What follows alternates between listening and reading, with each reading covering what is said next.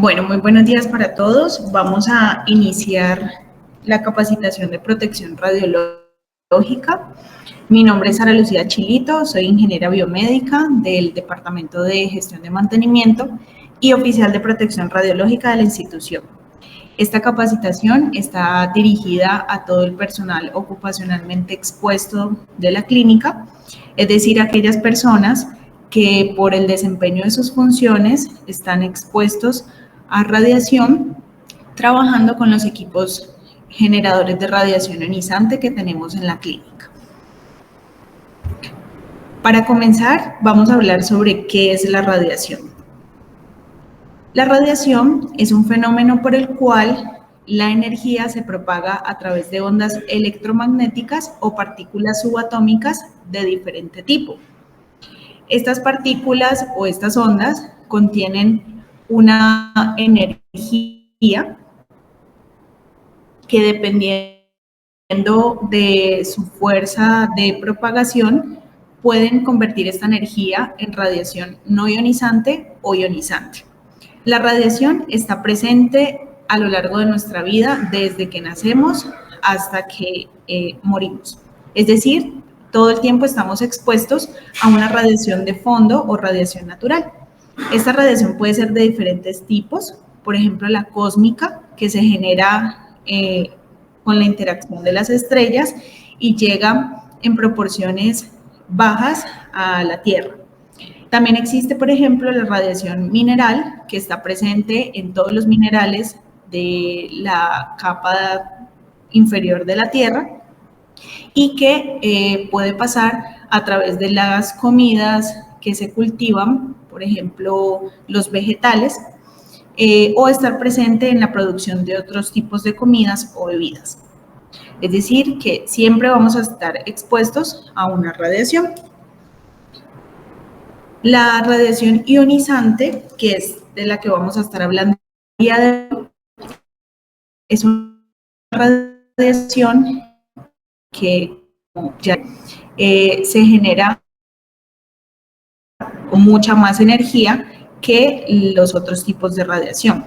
Esta radiación generalmente se presenta como la conocemos, como ultravioleta, rayos X o rayos gamma. El día de hoy nos vamos a estar enfocando en la radiación ionizante generada por los rayos X. Como les decía, existen diferentes tipos de partículas que generan este tipo de radiación. Tenemos las partículas de tipo alfa, tipo beta, tipo gamma o X y las partículas neutrónicas. Estas partículas son frenadas, por decirlo así, por ciertos tipos de barreras o ciertos materiales. Dependiendo del tipo de partícula, habrá un material que pueda frenarla o hacer que pierda su energía. Por ejemplo, las partículas de tipo alfa fácilmente se pueden frenar con una barrera o material de hoja de papel. Las partículas de tipo beta pueden ser frenadas por láminas de aluminio.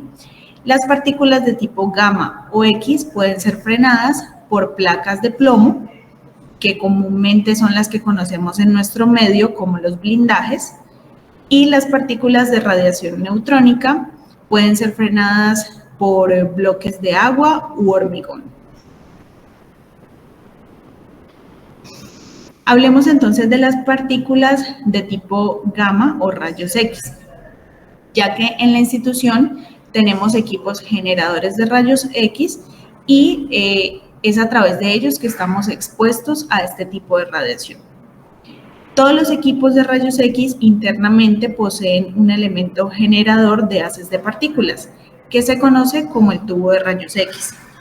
Este tubo contiene dos elementos que son el ánodo y el cátodo. Cuando inyectamos un alto voltaje o una alta tensión al tubo de rayos X, este entra por el cátodo, choca con el ánodo y en el momento en que chocan, los electrones se aceleran y producen los rayos X, que salen, digámoslo así, disparados en diferentes direcciones y finalmente con el elemento colimador de los equipos es que se focaliza y va al punto que queremos irradiar.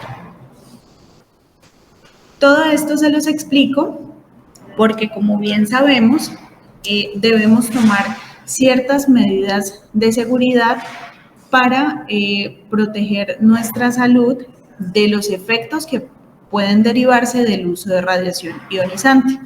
Como les decía, es una radiación o una energía muy alta y debemos tomar medidas preventivas para protegernos de sus efectos. Entonces, en la institución tenemos un programa de protección radiológica cuya finalidad es proteger a las personas y también al medio ambiente de los riesgos derivados de las actividades que generan exposición a radiación ionizante.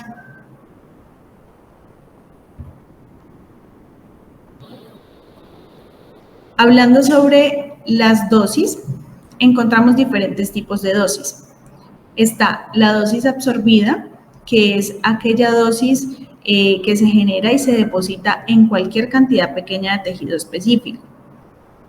Está la dosis equivalente, que es la energía depositada en cualquier cantidad de tejido en general. Es decir, la absorbida, hablamos de la dosis que se deposita específicamente en un punto, por ejemplo, el cristalino.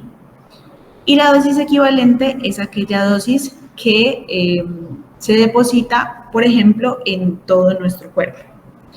Cuando hablamos de dosis efectiva, hacemos referencia no tanto a la cantidad de energía depositada, sino más bien al riesgo que esa energía puede generar a largo plazo en una persona que ha recibido esa dosis. Para protegernos o para hacer un estimado más o menos del riesgo al que podemos estar expuestos, internacionalmente se han concebido unos límites de dosis que podemos recibir. Vamos a hablar únicamente de la dosis ocupacional, que como ya veremos es aquella a la que se exponen solamente los trabajadores ocupacionalmente expuestos. Y lo que nos dice la norma es que estas personitas pueden estar expuestas máximo a 20 milisievert por año o a un acumulado a lo largo de 5 años de 100 milisievert. Realmente estas son dosis muy altas, dosis de radiación ionizante muy altas, a las que no vamos a estar expuestos si cumplimos con todas las normas de seguridad, es decir, si cumplimos con los blindajes, con las barreras físicas de seguridad, con los elementos de protección radiológica, si garantizamos que los equipos generadores de radiación se encuentran en óptimas condiciones, muy difícilmente vamos a lograr llegar a estos niveles de dosis.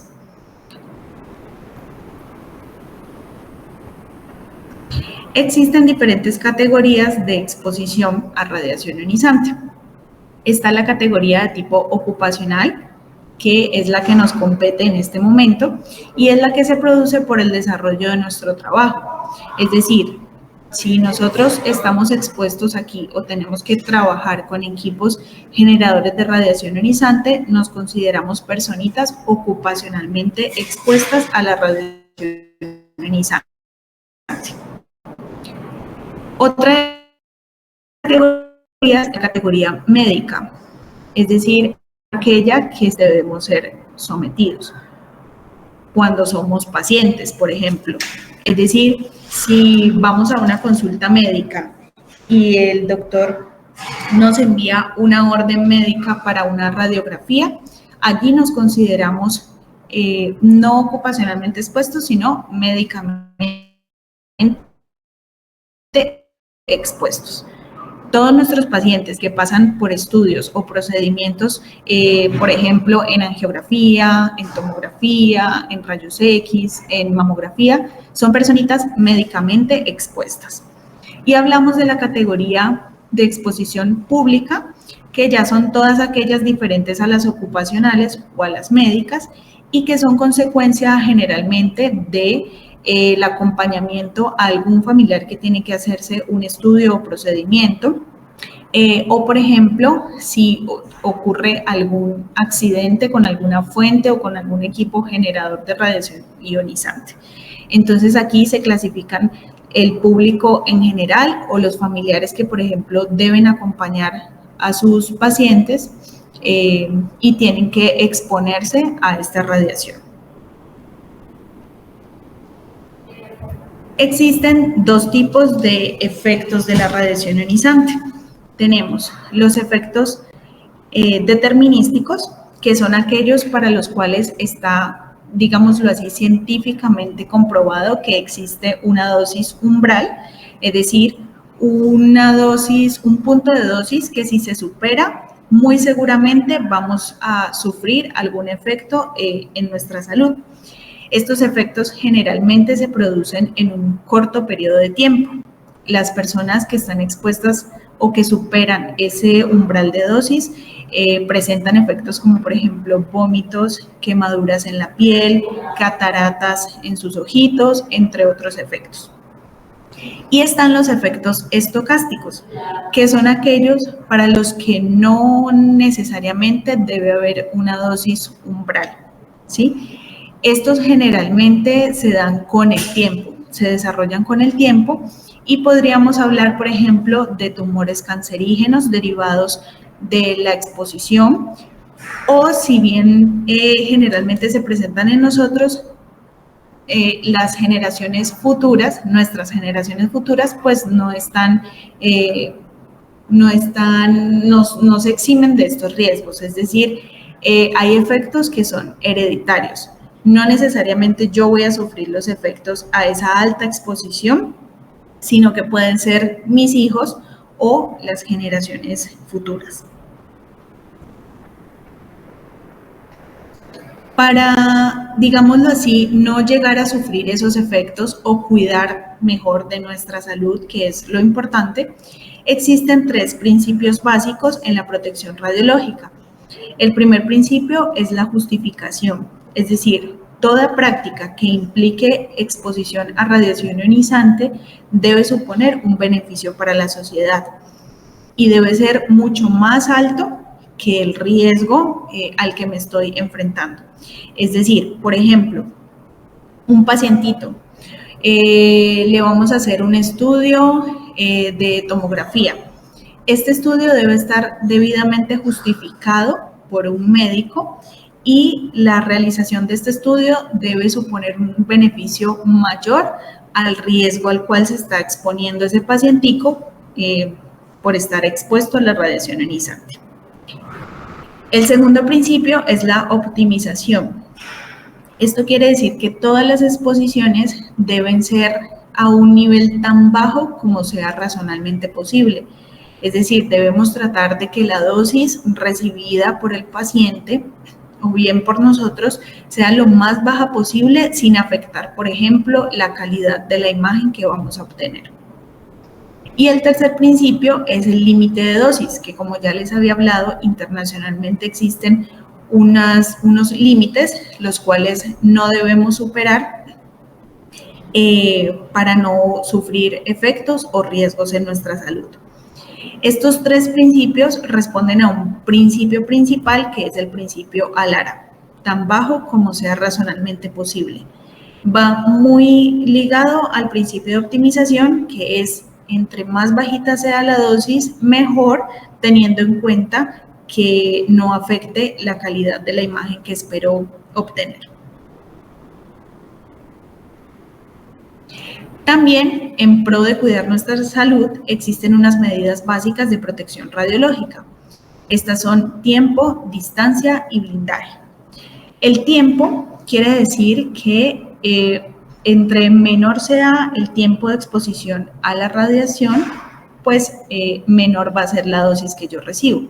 Entonces, lo ideal es que ese tiempo de exposición que tengamos, pues sea lo más bajo posible. La segunda medida básica es la distancia. Entre más alejada me encuentre yo a la fuente o al equipo generador de radiación ionizante, pues menos dosis voy a recibir. Y la tercera medida es el blindaje, es decir, todas aquellas protecciones físicas constituidas por un material absorbente, ubicadas entre la persona que está operando el equipo y la fuente o el equipo generador de radiación ionizante. Es decir, por ejemplo, aquí entran todas las barreras de plomo que tenemos en la institución, que son las que absorben toda la energía y permiten que yo no reciba una dosis de radiación o que lo que reciba sea mínimo. Existen en las áreas una señalización que dependiendo de lo que diga, pues va a significar una u otra cosa. Sin embargo, aquí lo importante es que siempre que veamos este trébol magenta con fondo amarillo, sepamos que hay en ese lugar una fuente o que estamos expuestos a una fuente de radiación ionizante. Vamos a tener la señalización de tipo zona controlada, es decir, donde esté ese trébol magenta y diga zona controlada, allí hay una fuente o un equipo generador de radiación ionizante. Y en la medida de lo posible debemos tratar de no estar presentes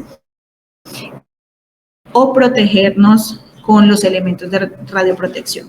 Si vemos el trébol magenta con fondo amarillo y dice zona supervisada, quiere decir que en esa zona no hay una fuente o no hay un equipo generador de radiación ionizante. Sin embargo, estamos cerca a esa fuente, entonces también debemos tener precaución. Recomendaciones importantes sobre protección radiológica.